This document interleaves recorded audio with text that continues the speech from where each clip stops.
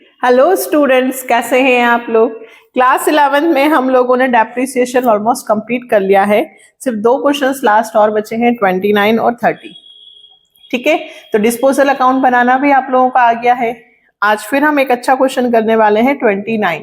इसमें 1/3 पार्ट के बारे में दिया है, तो ये क्वेश्चन भी हम लोग देख लेते हैं।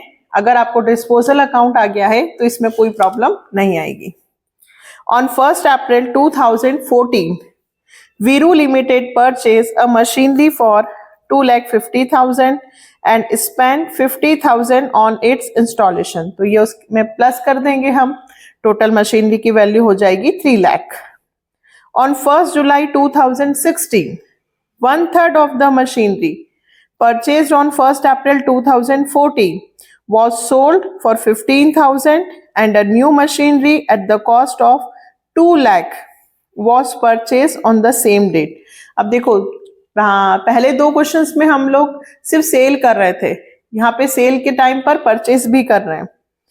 और the company has adopted the method of providing depreciation 15% on straight line method, show the machinery account, provision for depreciation account and machinery disposal account for the 3 years ended 31st March 2015 to 31st March 2017।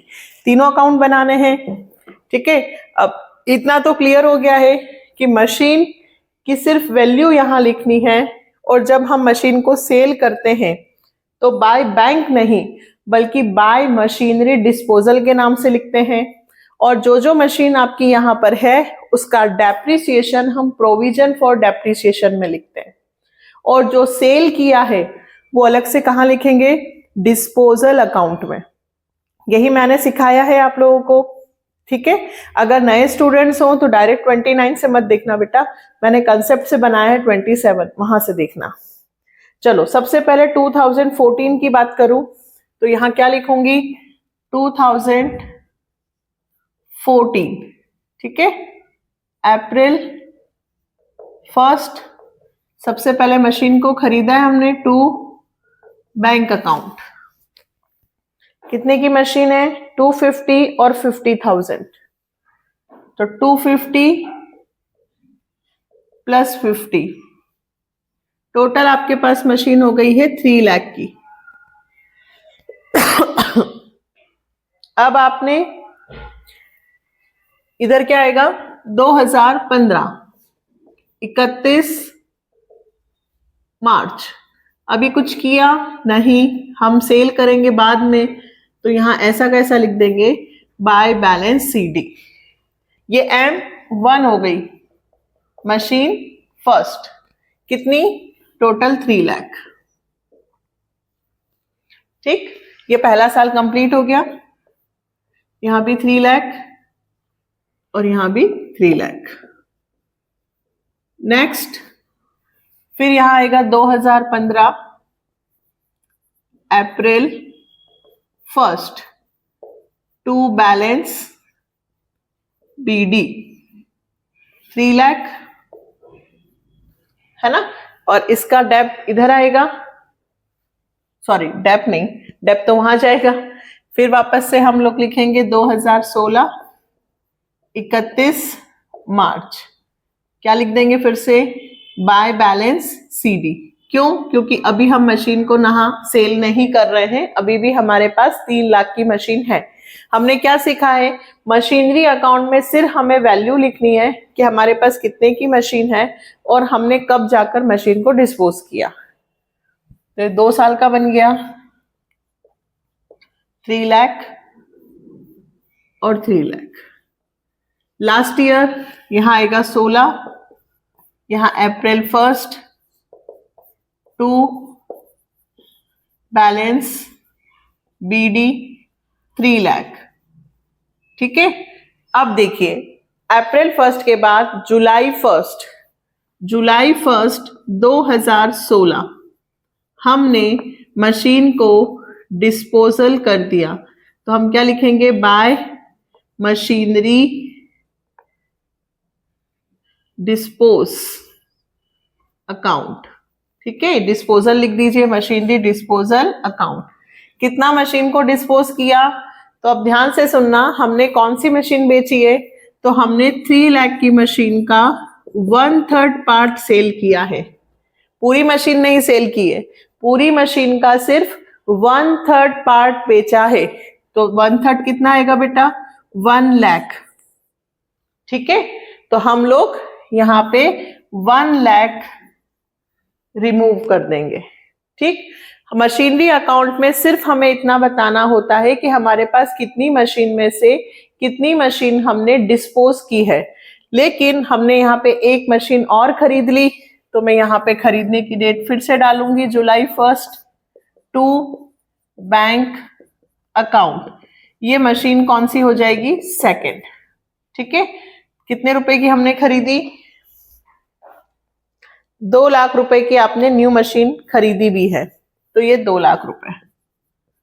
तो अब total आपके पास 5 लाख की machine हो गई। 5 लाख में से 1 लाख की machine आपने डिस्पोज कर दी है, और 31 मार्च 2017 को बाय बैलेंस सीडी कितना, 4 लाख। ये कंप्लीट हो गया। ये 3 साल का बन गया। पहले साल 3 लाख की मशीन थी, दूसरे साल भी 3 लाख की मशीन थी, और तीसरे साल 3 और 2 5 लाख, लेकिन उसमें से 1/3 हमने डिस्पोज कर दिया, तो 4 लाख की मशीन बची। हम चाहे तो यहाँ पे लिख देना चाहिए 2017 अप्रैल 1 टू बैलेंस बीडी 4 लाख। ये बन गया हमारा क्या, मशीनरी अकाउंट। क्लियर है, नीचे डिस्पोजल बना देंगे अपन। ठीक है, यहां बना देंगे हम मशीनरी डिस्पोजल अकाउंट। ये बाद में बनाएंगे मशीनरी डिस्पोजल 3rd पे। पहले हम क्या बनाएंगे, प्रोविजन फॉर डेप्ट। जो मशीनें आपने यहां पर शो की है उसमें सबका क्या शो करते हैं हम, डेप्रिसिएशन। मशीनरी में सिर्फ मशीन के बैलेंस लिखना है, डेप्रिसिएशन में सिर्फ डेप्रिसिएशन लिखना है। तो देखो कहां से स्टार्ट करूंगी डेप्रिसिएशन लगाना। अप्रैल 2014 को खरीदा था, तो डेप कब लगेगा, 2015 31 मार्च बाय डेप्रिसिएशन अकाउंट। यही लिखते हैं। कितना डेप लगाऊंगी, तो M1 मशीन पे डेप लगेगा। M1 मशीन कितने की है, 3 लाख, तो 3 लाख का 15% 45,000। ठीक है, डेप इधर ही लगता है। ये आपने क्लोज कर दिया, और 31 मार्च को ही बैलेंस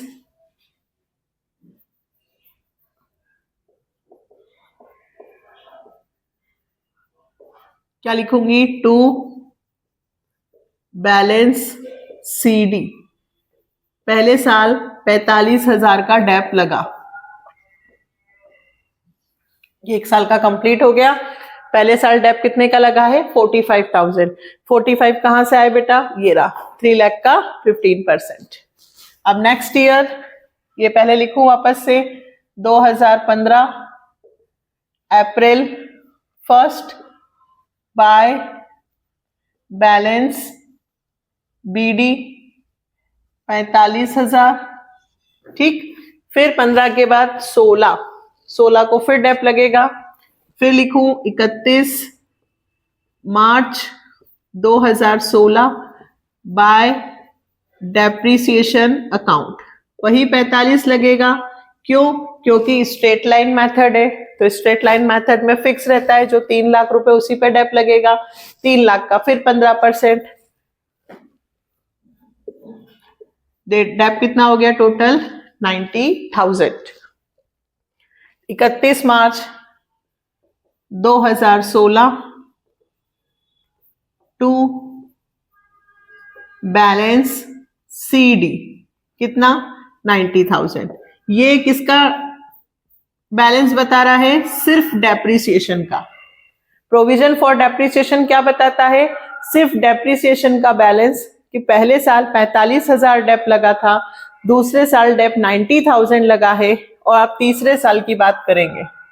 तो 2016 अप्रैल 1 बाय बैलेंस बीडी कितना, तो बाय बैलेंस बीडी हो गया 90। अब आपको समझना है, 2 साल तो सिंपल था।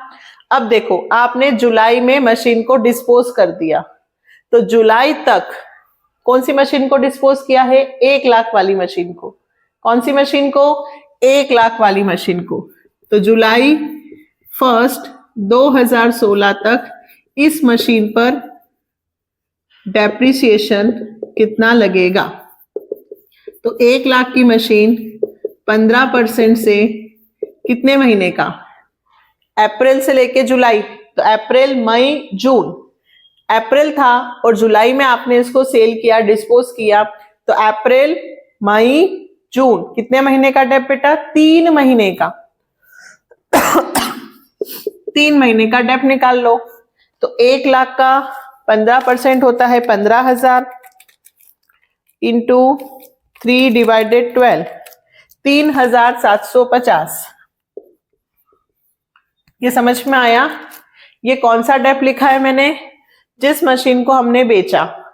ठीक, अब जुलाई 1 तक वापस से यहां पे लिखूंगी 2016 जुलाई 1, मुझे जो मशीन मैंने बेच दी है उस मशीन का total depreciation to machinery disposal account में पहुंचाना होता है। यही सिखाया है। यहां जो मशीन आपने बेच दी उसको हटा दिया, यहां जो मशीन आपने बेच दी उसका डेप हटा दो। फिर से यहां आपने जो मशीन सेल कर दी वो हटा दी, यहां जो मशीन आपने बेच दी उसका अब तक का डेप हटा दो। तो अब तक का डेप कैसे निकलेगा, तो भाई आपने कौन सी मशीन को बेचा है, सिर्फ 1 लाख वाली मशीन को। ध्यान देना, आपने सिर्फ 1 लाख वाली मशीन को बेचा है, तो 1 लाख वाली मशीन का डेप यहां पे कितना लगेगा, 15, यहां पे भी कितना लगेगा 15, और यहां पे कितना लगेगा 3,750। ये टोटल डेप हो गया। टोटल डेप कौन सी मशीन का, जिस मशीन को हमने सेल किया है। हम पूरी मशीन को नहीं बल्कि मशीन का 1/3 पार्ट सेल कर रहे हैं। मशीन का 1/3 पार्ट होता है 1 लाख, तो 1 लाख का 15% 15,000, 1 लाख का 15% 15,000, 1 लाख का 15% 3 महीने का 3,750। तो टोटल डेप बना 15, 15 और 3,750, 30,000 और 3 33,750। हमें मशीनरी अकाउंट में उस मशीन को रिमूव करना होता है जिसको हमने बेच दिया। प्रोविजन फॉर डेप्रिसिएशन में हमें उसका डेप्रिसिएशन रिमूव करना होता है जिसको हमने सेल कर दिया। आगे क्वेश्चन खत्म करना है, तो खत्म कब होगा, खत्म होगा 31 मार्च 2017 को। बट 2017 में मेरे पास 2 मशीनें अभी भी है, M1 और M2। M1 कितनी है, तो M1 मैंने 3 लाख में से 1 लाख मशीन बेच दी। टोटल M1 मेरे पास 3 लाख की थी, उसमें से 1 लाख की मशीन मैंने बेच दी, तो बची कितनी 2 लाख। तो 2 लाख का 15% कितना आएगा 30,000। ठीक, दूसरी M2 2 लाख 15%, लेकिन ये मशीन जो दूसरी है वो मैंने जुलाई में खरीदी। कब खरीदी बेटा, जुलाई में। तो 2 लाख का 15% से जुलाई से लेके मार्च तक, जुलाई अगस्त सितंबर अक्टूबर नवंबर दिसंबर जनवरी फरवरी मार्च, 9 मंथ। तो 2 लाख का 15% होता है 30,000, 30,000 इंटू 9 डिवाइडेड 12, यह आया 22,500। ये आपको समझना होगा कि ये कैसे आया। पहले मैं प्लस कर दूं फिर आपको वापस से समझाती हूँ। 30,000 3,750 और 90,000। टोटल डेप्रीसिएशन हो गया 146,250, जिसमें से मैं 33,750 डेप हटा दूंगी क्योंकि वो मैंने बेच दिया। तो आपका आंसर आ रहा है 1,12,500। 31 मार्च 2017 टू बैलेंस CD। ये कौन सा बैलेंस आया? ये 4 लाख वाली मशीन जो बची हुई है हमारे पास, एग्जिस्ट कर रही है, उनका डेप। फिर से देखो बेटा, फिर से समझाते हो। ये वर्किंग नोट हुआ ना बीच में, देखो फिर से एक बार समझना। सबसे पहले हमने मशीन प्रोविजन फॉर डेप्रीसिएशन में हम क्या लिखते हैं? सिर्फ डेप्रीसिएशन। ठीक है, तो पहले साल डेप्रीसिएशन 3 लाख का कितना निकला? 15%। 45 बैलेंस करके फिर लिखा, फिर 45 और फिर 16 में डेप लगेगा 45, तो 90। यहां तक तो कोई प्रॉब्लम नहीं होगी। फिर हमने जुलाई में मशीन को डिस्पोज कर दिया। कब डिस्पोज किया बेटा? जुलाई में। तो जुलाई तक का डेप लगेगा। तो 1/3 मशीन होती है 1 लाख, 1 लाख का 15%, 3 महीने का। ठीक, अब जुलाई को मुझे मशीनरी डिस्पोजल में कौन सा अमाउंट डालना है? Depreciation total. जो मशीन हम बेच देते हैं उसका टोटल डेप्रीसिएशन। तो उसका डेप्रीसिएशन 1 लाख का 15%, 15,000, 15,000 2 साल का लगेगा। और यहाँ 3,750। ये डेप क्यों हटाना है? क्योंकि हमने मशीन को डिस्पोज कर दिया।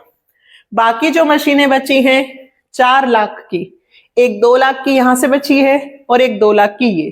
तो इस 2 लाख का तो 15% पूरा साल का लगेगा, और इस 2 लाख का 15% कितने महीने का लगेगा? 9 महीने।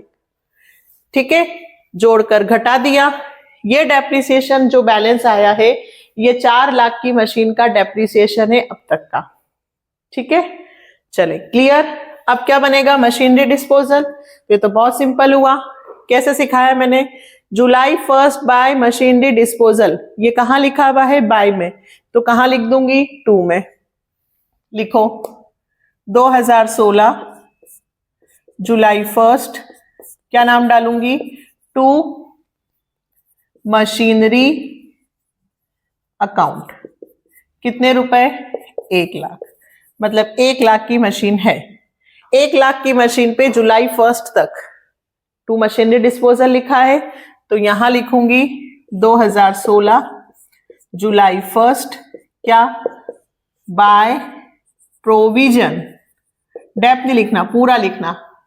By provision for depreciation account. कितना?